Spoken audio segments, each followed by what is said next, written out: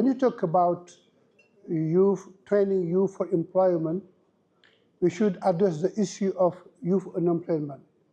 I don't need to come back because Mrs. Jazz, I think, talked about it.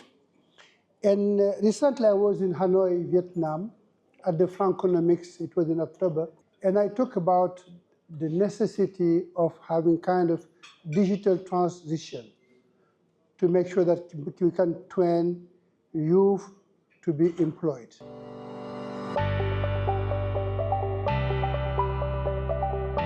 And it comes to training young youth for research, and especially in clinical research, I feel the digital transition is very important.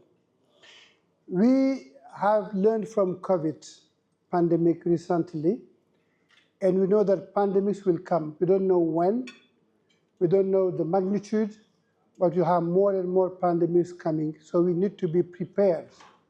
And that was said by Mariam at the introductory speech, that we need to train enough researchers, and especially young researchers, to make sure that you can address the issue of disease burden in Africa.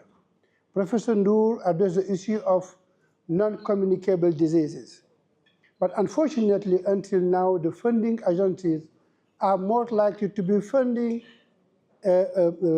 communicable diseases, not non-communicable diseases. And we're living what you call an epidemic transition.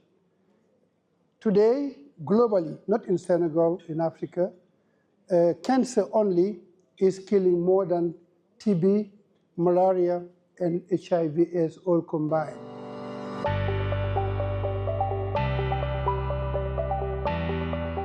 And unfortunately, to get funding from the funding agency is very difficult. Why? It's because, unfortunately, the funders don't fund the researchers on the ground for many reasons. Number one, do you have the structure to run meaningful research in sub-Saharan Africa in our universities or institutions? Meaning that we should definitely address the issue of research infrastructure. And the question is how to set meaningful partnership to develop research that build the capacity on the ground. Not to be only simple providers. It's very easy to take samples from Senegal or from Guinea-Bissau, from Kigali, and send them to UK or send them to the US. It is not a problem. I think the issue is how we can develop structures on the ground here to make sure that we can address the issue of our research problem by ourselves. Unfortunately, most of the research that has been developed in South Africa come from outside, not because we want to do research on this area. Those people bringing the money are those who are setting the research priorities, unfortunately. As they say, who pays tax? Who has the money? Command. We don't have the money. The second problem is, do you have enough structured research teams that are able to go get the grants from outside? Unfortunately, many funding agencies don't fund researchers on the ground. They fund you through another person. The money goes through a research team or someone else from the UK, from Europe, from the US, and then you are a subcontract of a grant that is given to another institution. And unfortunately, this is happening for years and years. Sometimes they are generous enough to build a center like what they have. IRSF in Senegal is a model of center that should be a hub for the region, not only for Senegal, to train those researchers, especially youth. The other problem is we don't have streamlined training program in research in Africa.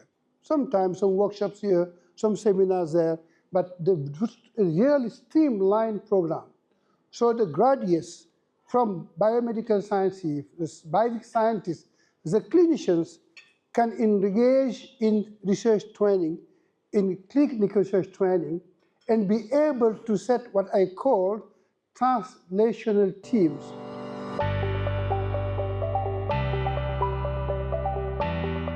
A good translational team is a team that brings basic scientists and clinicians all together to work in the research program. That is lacking. Unfortunately, everybody works behind closed doors. And we even don't know what is being done. When you go to some institutions, in one university, in one section, one department, many different teams are working. They don't know what they are doing. There's no coordination. There's no collaboration. They are competing. And unfortunately, what is lacking is the neologism I use now. We don't work toward collaboration. We should collaborate in cohabitating. That means we need to learn how to collaborate in science. And these people, these young people that were the graduates today, I congratulate you, and I congratulate the PACE program of Pharmalys. This is the way to go. Today, digital transition is no longer just a crisis solution. It is mandatory. We cannot do anything but moving toward digital transition. PACE is a good initiative that should be definitely, how to call it, supported. And we have to scale it up. But the most important thing is to retain those young women and men we are training here. When I say here, it's Africa.